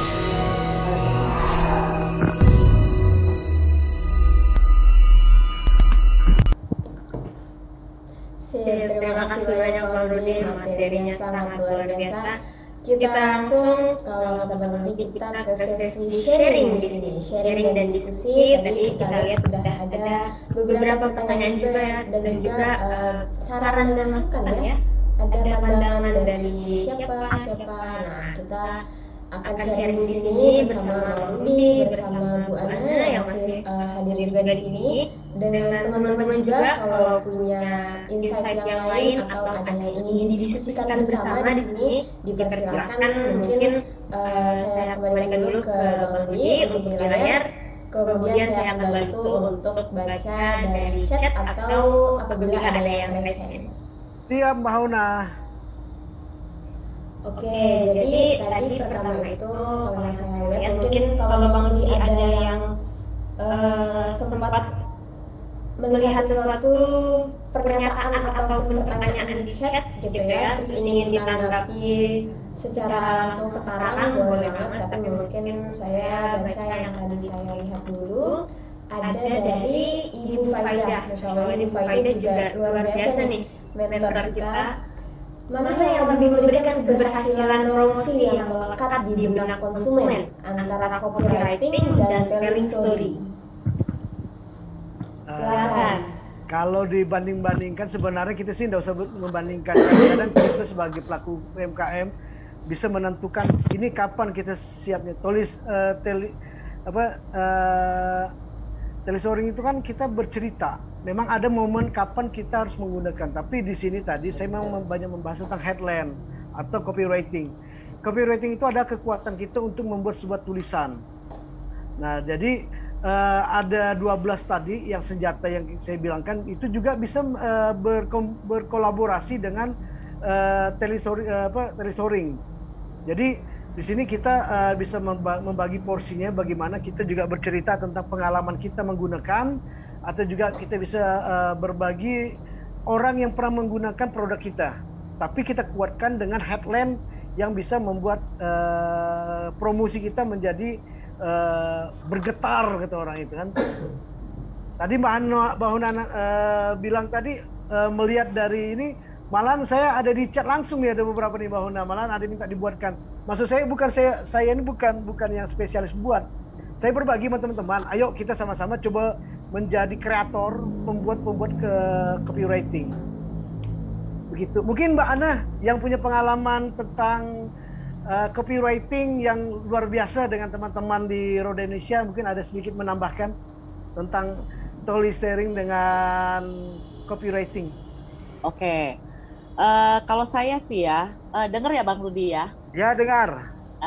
Jadi kalau saya bilangnya mungkin kalau bahasanya bahasa advertising atau apa itu kan headline atau copywriting ya. Memang di sini copyright itu kan supaya tidak apa tuh namanya ya, ini harus by siapa, by siapa yang sesuai dengan usahanya ya, supaya tidak ditiru atau apa. Jadi kita punya copyright-nya ya, gitu loh. Bahwa kita itu yang menulis gitu loh istilahnya. Kalau saya cermati kan sekarang harus memang ada relevansinya dengan apa yang dijual. Satu-satunya yang tidak relevansi sesuai dengan yang dijual itu hanya iklan rokok. Iklan rokok itu, tapi saya suka memperhatikan karena lucu-lucu. Keingetan itu langsung nyampe. Jadi ketika kita menulis itu, kita harus tahu pengennya apa sih yang supaya mudah diingat, bahwa kalau hemat, cermat, dan bersahabat itu pasti punyanya Roda Indonesia. Kalau saya kan tagline-nya begitu ya, satu sentuhan untuk semua. Hemat, cermat, bersahabat itu pasti Roda Indonesia, begitu. Sip. Nah, dan kedua adalah soal saya ya CEO, walaupun saya gaptek juga, tapi kan kita punya rasa, punya taste, punya apa ya. Jadi kita menyampaikan kepada yang, kalau saya punya karyawan di bidang kreatif, istilahnya gitu ya. Dia itu akan menyampaikan atau membuat itu sesuai dengan satu, mungkin tes harus dipatenkan itu, misalnya nih, Roda Indonesia itu tuh milenial banget misalnya ya. Jadi isi kontennya itu, gambar-gambarnya itu animasi. Warnanya udah pasti warnanya Roda Indonesia, merah putih. Nah itu jadi warna itu pengaruh, karena identitas kan, itu identitas diri ya, identitas Roda Indonesia itu mulai dari warna, mulai dari font. Istilahnya font itu tuh pemilihan huruf, pemilihan apa tuh namanya ya kalau font ya, pemilihan jenis tulisan ya, jenis besar, huruf kecil, ya, tebal, kecil. Itu juga. Jadi identitas itu memang harus dimunculkan. Kenapa? Kita itu UMKM memang yang lagi terdaftar itu melek digital itu sekian ya, saat ini sudah mencapai 14 juta kata Pak Presiden, 22%, masih banyak lagi. Nah itu persaingan kan pusing kita, apalagi kalau pasar bebas sudah dibuka gitu loh. Saya sih punya keinginan ya, nggak mau UMKM kita itu kalah sama pasar sama istilahnya sama pendatang. Kalau bisa kita yang keluar gitu, produk kita yang keluar. Nah bagaimana itu packagingnya, mulai dari headline katanya, mulai dari pemilihan warna atau apapun. Itu sih Bang, buat lagi sekarang masuk gen Z ya, milenial semua yang ininya gadget. Jadi mau nggak mau saya yang gaptek aja karena saya usahanya di digital, mau nggak mau saya harus belajar. Ya, sip. Silakan Mbak Una. Oke, terima kasih banyak dari Bang Budi, dari Bu Ana juga, gimana pandangan beliau disampaikan juga di sini. Nah, selanjutnya bisa menjadi topik diskusi selanjutnya dari Mentor Yudi. Yudi Purwana bilang gini, menurut pengalaman saya saat ini, headline, storytelling, CTA, saling keterkaitan agar copywriting lebih menarik. Kalau saya salah, mohon dikoreksi. Menurut Bang Budi dan menurut Bu Ana bagaimana? Beliau Pak Yudi itu kan spesialis dia. Memang itu menjadi berkaitan, bukan cuma hanya storytelling aja, copywriting, juga nanti penerjemahannya di dalam desain grafis. Oh ya, tadi saya juga ada baca juga Mbak Una, satu yang menjadi penting sekali, ada yang minta tadi itu tolong terjemahkan bahasa copywriting ini ke bahasa yang paling mudah dicerna. Copywriting ini apa sih? Saya ada mengutip sebuah kalimat, copywriting itu kalau seandainya kita mau ngambil bahasa yang paling sederhana dan juga agak kasar sedikit ya, mungkin Mbak Ana juga ini, copywriting itu artinya bagaimana seni kita tuh merebut uang orang dengan kata-kata kita, tapi orang jadi tertarik. Jadi itu tuh adalah sebuah seni dengan menggunakan kata-kata yang pas. Kita tuh sebenarnya mengambil uang, membuat orang itu tertarik, akhirnya menjual, orang itu membeli produk kita. Itulah copywriting. Jadi bahasa yang mungkin nanti akan teman-teman pelajari, tidak harus penuh di dalam gambar, tidak harus penuh ke dalam sebuah caption, tapi dengan gambar, dengan kata-kata yang hanya sedikit aja, tambah lagi dengan adanya headline yang kuat dan pas, maka itu akan membuat orang akan mengeluarkan uangnya untuk produk kita. Nah, seperti Bang Yudi tadi bilang, telestory itu adalah bagaimana orang bercerita dan juga itu lebih menguatkan lagi brand kita. Itu yang mungkin bisa saya bagi dan juga sharing ke ini Mbak Hona. Atau Bang Yudi yang jelasin dikit ah. Terima kasih. Boleh nih habis pandangan dari Bang Yudi. Mungkin nanti Pak Yudi kalau mau menambahin silakan, kita dengerin dulu dari Bu Ana karena masih ada juga. Kalau menurut Bu Ana sendiri gimana nih copywriting tersebut? Benar seperti Bang Rudi bilang ya. Apapun yang kita tulis itu akan istilahnya akan menarik orang, istilahnya tanpa kita sadari. Kita hanya nulis satu bait saja itu bisa magnet. Orang itu bisa istilahnya gini ya, apaan sih? Nah, dia akan cari tahu, dia akan begitu selanjutnya. Kan saya tadi sudah bilang akan mempengaruhi cara berbicara kita, cara berkomunikasi sampai ke pengambilan keputusan. Hanya dengan begitu. Tapi kalau misalnya telling story itu memang ya, kita bisa tampilkan bukan hanya di kata-kata ya, berupa kata-kata, tapi berupa gambar. Capture. Itu dari story ya, capture ataupun animasi ataupun kita bisa bikin video, kita bisa bikin testimoni. Testimoni itu sebenarnya paling gampang. Testimoni itu paling gampang ya. Kita bisa testimoni berupa kata-kata juga ataupun kita bisa bikin video. Tolong dong testimoninya buat kita. Nah, itu tuh hanya di-share aja tanpa kita bercerita itu siapa gini-gini. Testimoni itu nge-grab. Walaupun gini, aduh barang ini nggak tahu, tapi berdasarkan testimoni aja, entah itu siapa yang menulis ya, bahkan bisa saja grupnya dari kita juga kasih testimoni itu supaya menarik yang minat itu, akhirnya akan membeli gitu, mempengaruhi keputusan pembeli gitu. Boleh, terima kasih banyak Bu Ana. Nah, ini dari Pak Yudi ada yang mau ditambahin lagi nggak Pak Yudi? Untuk kita sharing bareng-bareng di sini.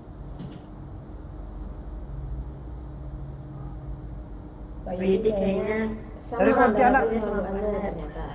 Mbak Una, saya minta dari Pontianak.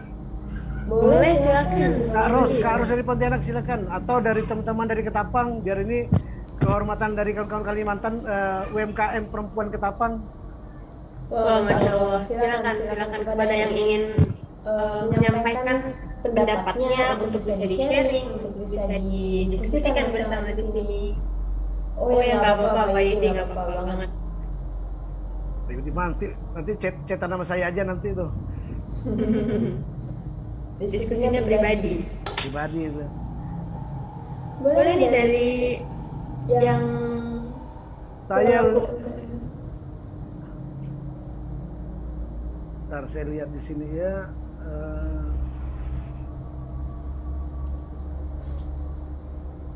Tadi ada teman-teman dari Pontianak juga ada masuk di sini. Pada bergabung, pengen tahu karena mereka juga untuk pengen mengetahui lebih jauh tentang bagaimana UMKM itu bukan cuma hanya di lokal tapi sampai keluar. Jadi mungkin inilah manfaatnya dari teknologi, bagaimana kita bisa go digital dan juga bukan cuma hanya jualan di daerah kita, tapi dengan begini saling adanya sharing, kita akan bisa menambah daya juang dan juga jualan kita lebih jauh.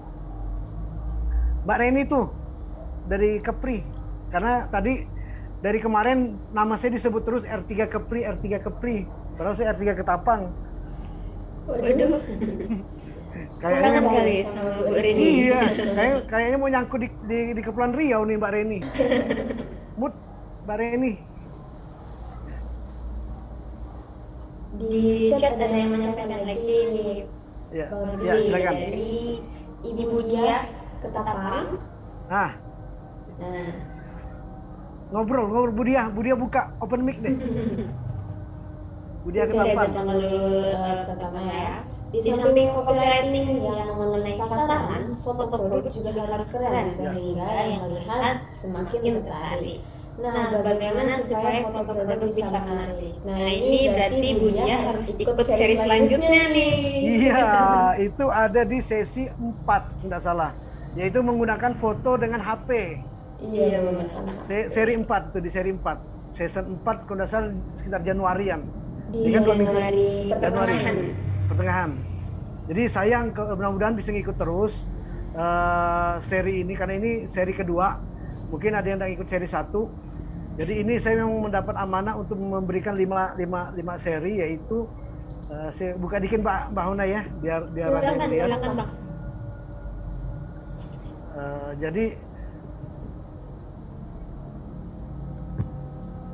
buat teman-teman yang mungkin di sini belum bergabung, silakan mengikuti PESAT. PESAT ini adalah program untuk kita belajar bersama-sama.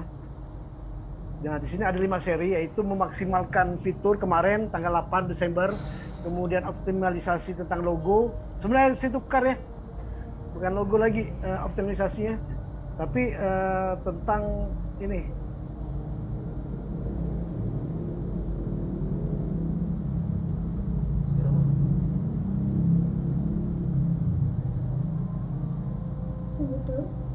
Nah, jadi balik tadi pertanyaan dari Ibu.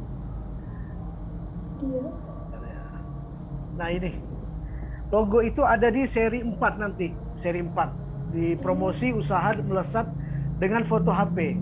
Memang angle pengambilan foto ini kadang-kadang menjadi kendala bagi para pelaku UMKM. Kadang-kadang mereka berpikir apakah memang logo ini harus foto ini harus ngambil dari DSLR. Memang seharusnya kalau untuk foto-foto itu memang harus bagusnya dari foto yang memang dari kamera yang seharusnya.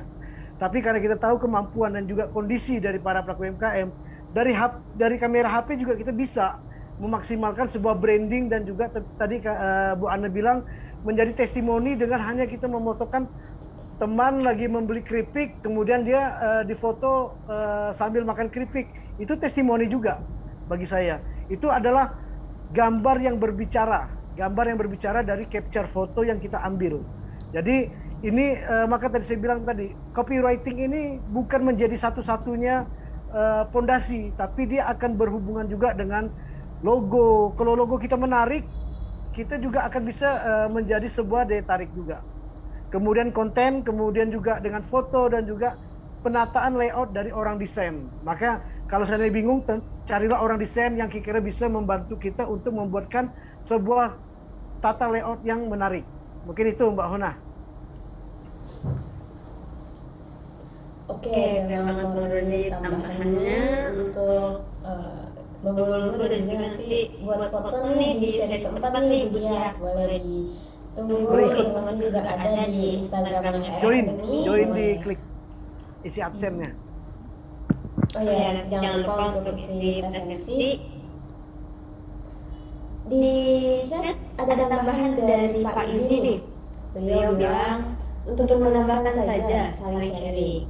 Untuk storytelling itu menceritakan latar belakang kisah yang relatable. Sebutkan titik konflik atau masalah. Ceritakan titik menemukan solusi. Jangan lupa detail produk atau jasa. Untuk sisi A, ajak save, like, comment, dan share. Arahkan ke penawaran di link di bio.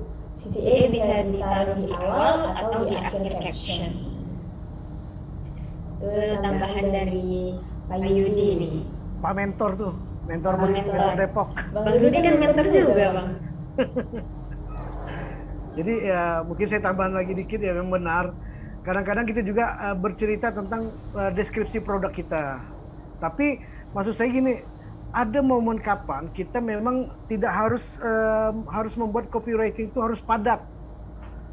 Kita yang sendiri menentukan kapan, waktu dan momen yang tepat. Kita harus membuat deskripsi yang tentang telestoring, tentang deskripsi, kemudian juga item-item yang kita anggap hari ini, misalnya sekarang nih Hari Ibu, ini kita bisa bercerita tentang Hari Ibu, tapi dikaitkan dengan produk kita. Mungkin itu Mbak Hona. Wah, ini hari ini semangat sekali ya, karena ada Mbak Ana nih dari Manado. Karena ada tamu spesial, jadi tambah spesial lagi hari ini. Dari Ibu Siti Kurniati, boleh Pak Rudi khusus lebih ke workshopnya, cara buat copywriting, seperti yang Pak Yudi bilang, kita masih banyak yang awam juga. tadi sudah diberikan juga ya sama Bang Rudi di PPT tuh ada beberapa contoh-contoh yang bisa diikuti ya Bang Rudi ya. Nanti materi dikirimin. Mungkin di sini kalau workshop ringan dulu ya karena ini kan bisa memberikan tips and trick juga nih mungkin kepada teman-teman untuk copywritingnya lebih baik seperti apa, atau untuk mereka yang masih awam juga dan belum bisa mendalami lebih banyak mungkin diawali dengan apa dulu gitu Bang.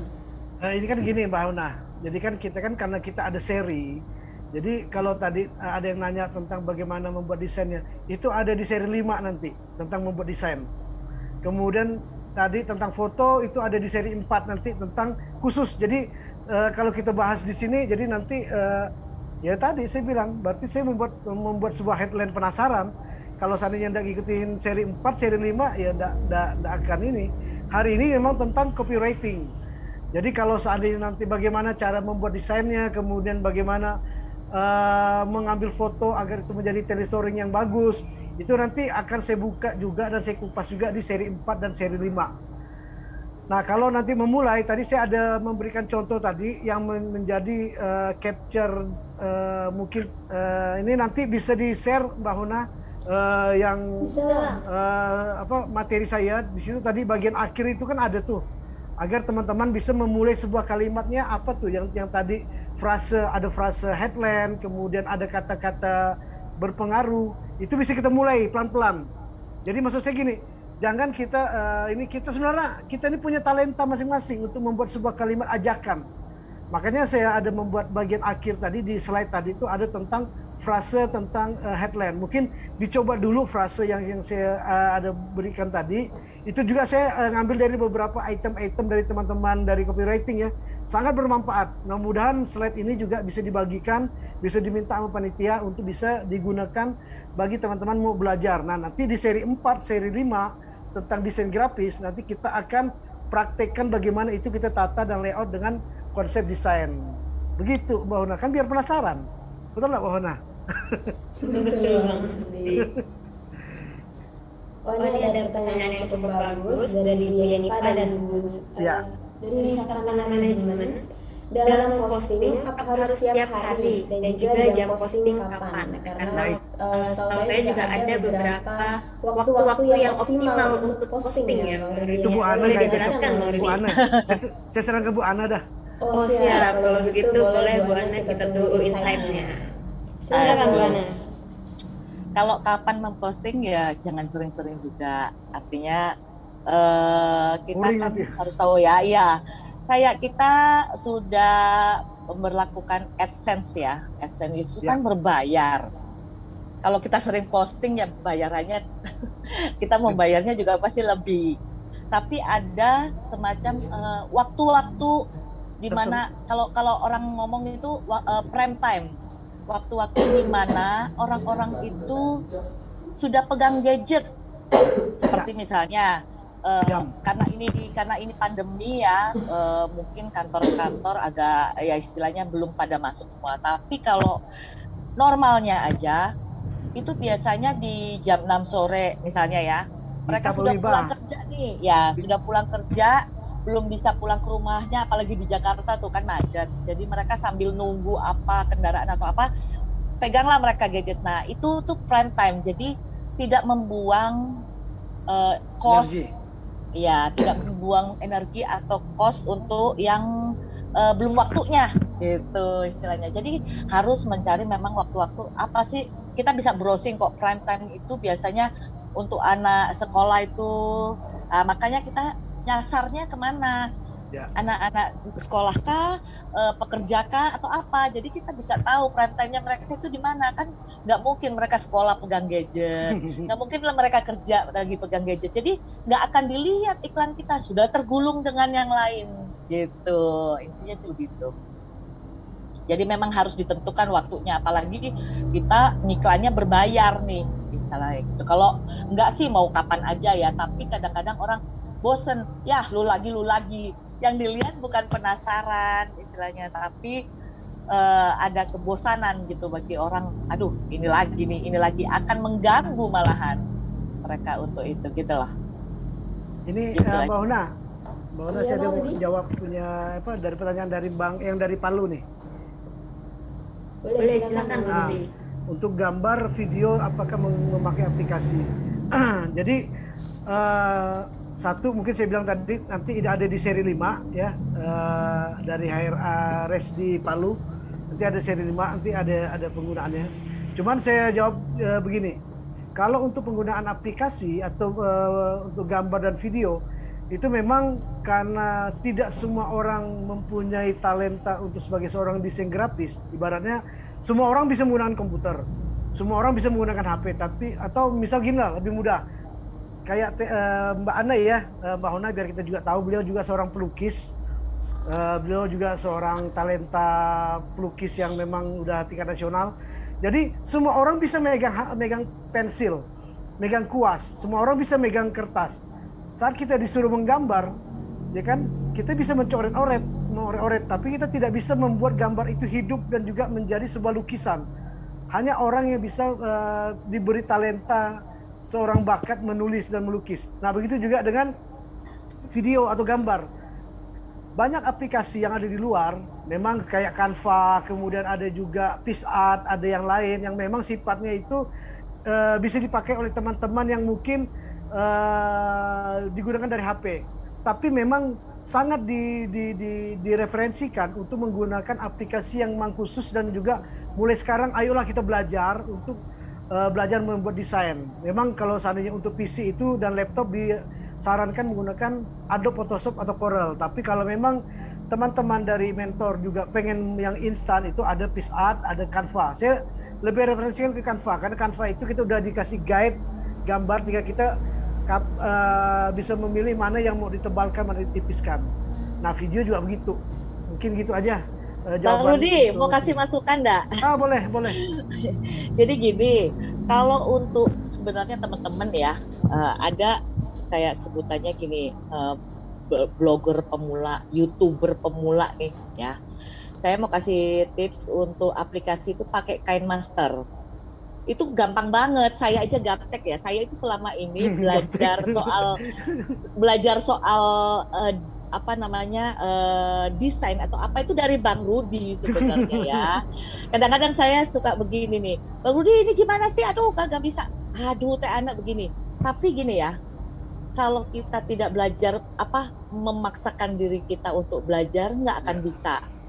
Ketika kita bekerja sendiri nih, kita belum mampu membayar orang, kita kan bekerja sendiri ya, itu harus bisa. Dan kenapa orang lain bisa, saya enggak. Nah, kita cari-cari referensinya yang istilahnya yang gampang buat kita. Ada kok tutorialnya, gampang banget.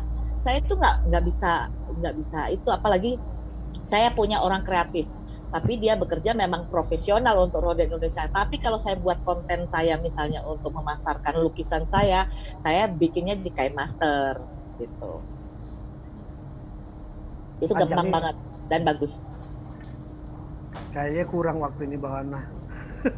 Oke, siap. Terima kasih banyak tambahannya Bu Ana. Mungkin saya bantu ini juga ya, tadi karena terpotong dengan jawaban dari Bang Rudi ya. Tadi yang pertanyaan untuk waktu posting ya, sama seberapa banyak, tadi itu jangan terlalu sering karena nanti bisa saja menimbulkan bosan. Secukupnya dan seperlunya, serta disesuaikan dengan targetnya ya Bu Ana ya. Untuk remaja kah, atau pengusaha, atau misalkan karyawan seperti itu ya, karena jamnya berbeda. Terus tadi dari Bang Rudi dan juga dari Bu Ana juga sudah menyampaikan beberapa saran-saran untuk pemula di desain dan juga KineMaster video ya Bu ya.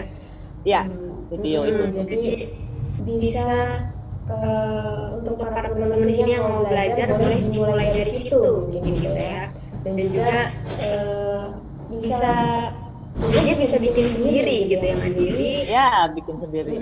Dan juga belajar bareng-bareng gitu kita di sini. Jangan sampai ketinggalan di seri 4 dan 5. Betul ya Bang Rudi ya.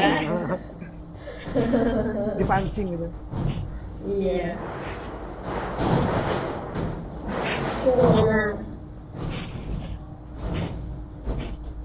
Nah, ada yang nanya lagi, gimana cara jawab chat agar closing WhatsApp? Maksudnya gimana nih, coba dari secondary management boleh dijelaskan lebih lanjut lagi? Atau kalau memang sudah menangkap pertanyaannya boleh langsung dibantu jawab mungkin? Ini kan tentang closing.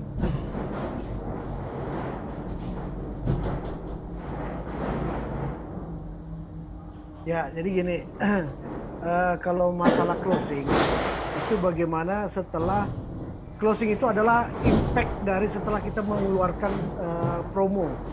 Jadi maka tadi saya bilang headline ini adalah penyekat pertama saat hari, misalnya tadi kata Bu Ana bahwa kita hari ini siang ini adalah targetnya adalah orang yang mungkin lagi istirahat atau jam 11. Nah, kita udah tahu dulu target kita apa, makanya kita mengeluarkan sebuah headline, ya kan? Belum kenyang kalau seandainya tidak menggunakan cemilan dari kami gitu, atau penutup mulut, penutup makanan, penutup akhir makanan berat. Nah, misalnya jualan boba atau apa. Nah, headline itu diperlukan untuk menyekat agar saat orang habis makan dia membrowsing dari HP-nya dia itu tertahan oleh headline kita. Nah, tapi kalau seandainya headline kita tidak menarik, maka saya bilang ke closingnya nggak akan dapat. Begitu dia udah tertahan dengan headline kita, maka dia akan membaca. Itu efek kedua setelah kita mengeluarkan headline. Nah, setelah dia membaca, kemudian dia akan membuat sebuah keputusan, oke, saya pengen beli, maka itu adalah closing. Jadi closing itu terjadi setelah kita bisa memberikan sebuah impact yang besar dari headline yang kita tentukan dengan waktu yang tepat dan juga target market yang tepat. Jadi memang ini memerlukan sebuah maksudkan gini. Jadi yang udah kita lakukan sekarang ini saya rasa teman-teman juga udah luar biasa sih. Saya rasa juga promosi udah luar biasa. Cuman di sini kita hanya memberikan sebuah pemahaman dan penambahan wawasan bahwa yang udah kita lakukan itu tinggal kita perbaiki lagi. Kemudian headline yang kita tentukan yang dari 12 tadi ada 12 jenis headline dan waktunya kapan hingga akhirnya produk yang mau kita jualkan akan menghasilkan closing. Seperti tadi Zoro tadi yang menusuk yang saya gambarkan ilustrasinya tadi. Mungkin kemudian juga ada yang di bawah itu Mbak Dia tentang menghapus posting. Biasanya itu tergantung dari gimana, itu biasanya hapus itu kan dari story. Kalau memang kita pengen story, kita buat juga sesuai dengan waktu dan momen yang tepat. Jadi seperti tadi Bu Ana bilang, jangan terlalu sering karena nanti orang jadi boring nanti gitu. Mungkin itu Mbak Ana. Ditambah Bu. Sip, terima kasih banyak Pak Rudi. Mungkin dari Bu Ana mau nambahin yang pertanyaan baru nih dari dia. Kalau post lagi terus ulang post lagi, apa yang patut dihapus gitu? Kurang jelas ya? Oh ya, dari Bu Dia ada pertanyaannya. Kalau kita post pagi, terus malamnya post lagi, terus dengan copywriting yang berbeda, apa post yang di pagi itu boleh dihapus? Karena biasanya post yang pagi akan tetap menempel sampai 24 jam. Sepertinya ini di story WhatsApp gitu. Bu Ana boleh tanggapannya? Makanya itu kan jelas tadi ada waktu-waktunya. Kalau saya biasanya misalnya itu biar mereka paham dulu sampai mereka paham. Ada yang bertanya, kita batasin aja waktunya sih sebenarnya. Mungkin itu ya dari kita juga sih. Kecuali yang berbayar itu kan dia ada target ya. Misalnya kita berbayarnya sekian, itu hanya diposting 3 hari dengan waktu yang sama, prime time. Misalnya di hari Sabtu jam 6, ya nanti dia selama 3 minggu atau seminggu atau apa sesuai dengan bayaran. Tapi kalau kita tidak berbayar itu sah-sah aja mau dihapus, mau itu supaya tidak tergulung. Tapi saya bilang kalau pagi terus sore lagi itu dengan yang sama, dia belum memahami yang sebelumnya nih mungkin ya. Kita itu apa ya, ya tadi itu kalau istilahnya closing, makanya kita harus menentukan di awal itu target kita siapa, bahasa yang mau digunakan. Jadi sekali keluar itu biar mereka pahami sekian. Misalnya kita batasin seminggu nih posting ini, nanti minggu depan ganti lagi. Itu ya. Repot nanti kalau pagi sore, kecuali kita ada orang khusus yang begitu ya. Satu lagi masukan, kita ini gini, kalau kita tidak kreatif, banyak yang punya pemikiran kreatif. Iya. Jadi gitu ya. Jadi kalau kita tidak kreatif, kita berusaha untuk mendelegasikan apa yang kita mau ke orang tersebut. Misalnya kita punya karyawan yang kreatif, biar dia aja yang bikin, tapi ide gagasan itu bisa dari kita. Ya, ataupun ide gagasan dari karyawan tersebut, kita harus bisa istilahnya gini, oh ya begitu, apa nih, dia harus memberikan, saya selalu kalau di usaha saya harus memberikan 2 alternatif, keuntungannya pakai ini apa, kelemahannya pakai apa, atau kelebihannya pakai apa, atau kekurangannya pakai kekurangannya seperti apa jika pakai ini. Jadi setiap apa ide atau gagasan saya inginnya ada 2 alternatif, kekurangan sama kelebihan, supaya kita bisa oh ya oke saya memutuskan ini. Itu tugas kita sebagai pemimpin atau yang punya perusahaan ya. Tapi kita harus open minded lah. Kita sebagai pimpinan itu jangan sebagai bos tapi leader ya. Ketika kita open minded kepada karyawan-karyawan kita atau kepada siapapun, itu akan serta-merta kita menjadi kreatif gitu. Karena dari mereka juga gitu. Itu sih Bang Rudi. Mempertegas Mbak Una, ya. Yang tadi Mbak Ana bilangkan itu ya, kalau seandainya kita sebagai pelaku usaha ingin membuat sebuah copywriting, desain atau yang lain, memang kita ada kesempatan bisa menggunakan aplikasi. Tapi kalau seandainya memang jualan kita itu nanti bukan pada momen dan juga desain yang tepat, maka nanti misalnya contoh kayak gini. Dengan ada aplikasinya Canva dan yang lain, kita bisa membuat sendiri. Contoh misal kayak Mbak Dia ya dari Amorea. Lebih baik kita hire lah teman atau ke R3 aja, enggak apa-apa sih. Jadi sebenarnya kita bisa keluar uang sedikit, tapi kita mendapatkan orang seni yang memang benar-benar paham tentang layoutnya gitu. Daripada kita sendiri yang memaksakan diri, karena teksnya itu menimpa sama gambar, kemudian layoutnya kurang bagus, akhirnya berimpact pada orang jadi produk yang dijual jadi enggak tertarik. Atau kalau tidak buat sendiri, nanti minta konsultasi ke teman-teman yang kira punya pemahaman tentang branding atau desain. Jadi kadang-kadang keegoan kita merasa aku bisa sendiri kok, udahlah aku buat sendiri aja. Tapi layout dan juga penetapan headline, besar kecil teks, kemudian pemainan warna. Kadang-kadang logonya warna biru dengan hijau, dimainkannya di luar dari warna yang menjadi brand dari logo itu. Jadi perlu konsultasi sama orang kreatif, atau kalau enggak ya perlu dana lah sedikit untuk mengeluarkan budget agar apa yang mau kita sampaikan ke publik umum itu benar-benar menjadi sesuatu yang indah untuk bisa dilihat. Itu terutama ke orang desain grafis. Silakan Mbak Una. Oke, baik. Luar biasa tambahannya dari Bang Budi, dari Bu Ana. Dari teman-teman ada yang mau ditanyakan lagi ini atau ingin didiskusikan bersama di sini? Boleh disampaikan di chat atau boleh di sini juga. Masih ada 13 menit kurang lebih. Kalau misalnya sudah cukup ya, kayaknya udah keren banget di materi hari ini, sharingnya juga, sesi diskusinya juga. Mungkin sebelum kita tutup di sore ini ya, ada beberapa kata-kata penutup mungkin dari Bang Rudi atau dari Bu Ana juga, boleh dipersilakan. Kalau saya mungkin saya serahkan ke Bu Ana yang untuk closing statement. Aduh. Sebenarnya closing statement itu sudah ya tadi ya. Ya, seperti yang saya bilang, wujudkan mimpi-mimpimu sendiri atau orang lain yang akan mempekerjakanmu untuk mewujudkan mimpi mereka, gitu ya. Kan nggak mau ya. kalau tidak kena libas sama orang lain.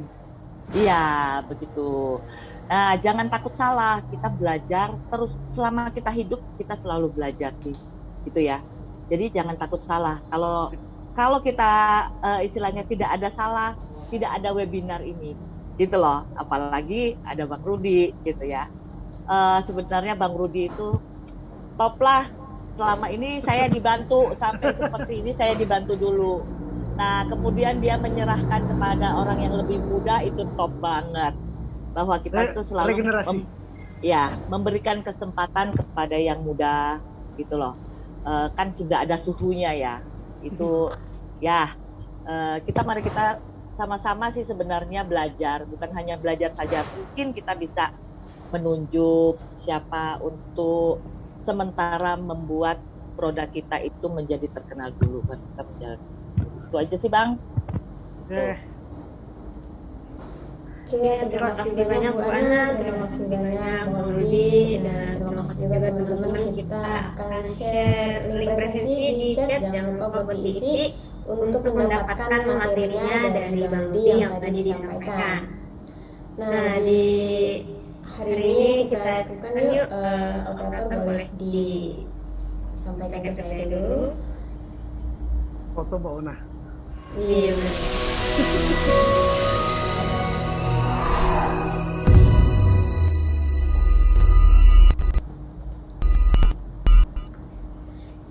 Alhamdulillah, terima kasih banyak Bang Rudi, terima kasih banyak Bu Ana, terima kasih banyak teman-teman yang hadir di hari ini pada pesat pendampingan UMKM Sukses dan Melesat program HR Academy kelas digital marketing bersama Bang Rudi seri kedua, makna konten promosi dalam branding usaha. Kita sudah belajar banyak mengenai copywriting dan lain-lain, sudah sharing dan juga berdiskusi bersama juga di sini.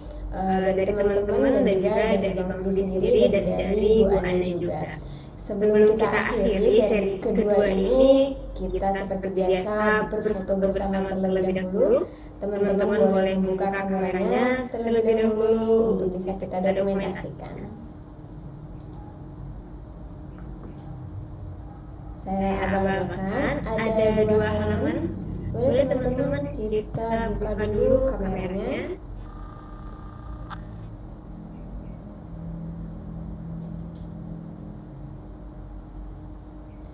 Oke, langsung aja ya. Sip, 1, 2, 3. Oke, halaman keduanya. 1, 2, 3. Oke, siap. Halaman keduanya nggak terlalu banyak yang buka kameranya, tapi nggak apa-apa. Kita tetap dokumentasi di hari ini. Semoga ilmu dan wawasan yang telah diberikan di hari ini ya, dari materi, dari sharing dan diskusi bersama, dari narasumber kita dan juga dari teman-teman sendiri juga, semoga bisa membawa manfaat yang baik dan juga menjadi amal untuk kita semua. Di sore hari ini saya Hawana Mas, selaku moderator yang membawa acara ini, pamit undur diri. Mohon maaf apabila ada kesalahan. Kita akan bertemu lagi di seri yang selanjutnya. Sampai jumpa. Wassalamualaikum warahmatullahi wabarakatuh. Waalaikumsalam warahmatullahi wabarakatuh. Salam dan terima kasih buat Bang Henry di Padang, kemudian dari Surabaya. Indonesia Sama-sama Bang Rudi. akan menghadapi tantangan yang besar. Yo, dari Surabaya. Akan terjadi bonus demografi di Indonesia pada tahun 2030. Sayangnya, akses pendidikan belum menyeluruh.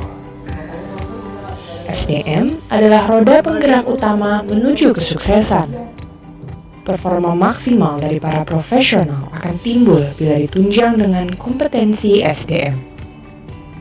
Pengembangan SDM harus menjadi fokus utama dalam proses transformasi. Maka dari itu, HR Academy berinisiatif membuka kesempatan sebesar-besarnya bagi para SDM yang memiliki motivasi tinggi untuk terus berkembang. Berdiri sejak tahun 2014 dan telah resmi beroperasi pada tahun 2020, HR Academy turut aktif mengadakan webinar dan pelatihan baik melalui platform online maupun offline dan menjadi lembaga yang dikenal sebagai Human Capital Solution.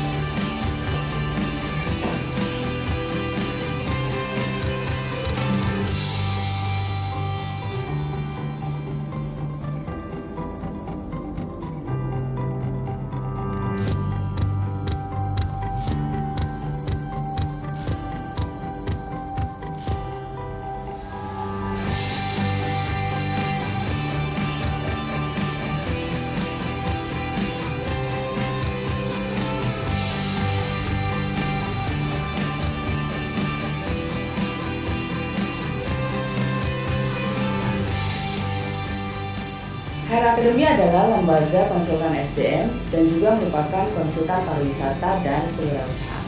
Kami juga merupakan lembaga sertifikasi profesi di bidang SDM, kewirausahaan, dan pariwisata. Tujuan kami adalah mencetak para talent yang handal agar bisa nantinya mencetak SDM Indonesia yang berkualitas.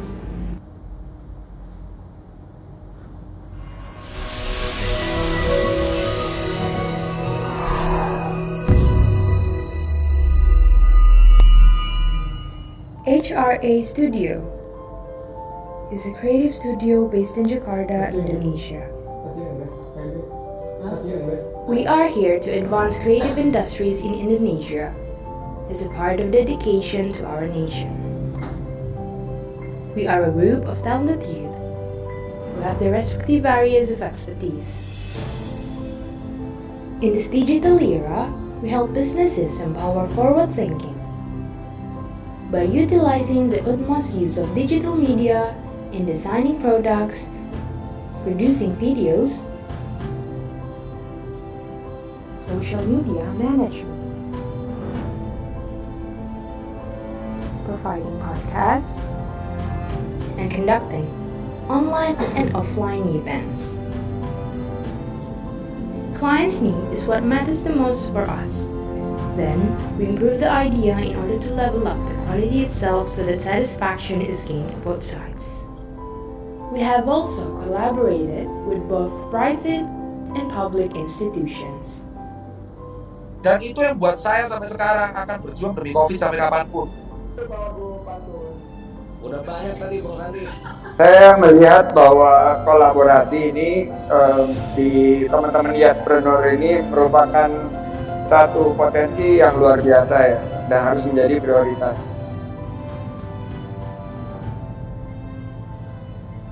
HRA Studio, where everything's possible.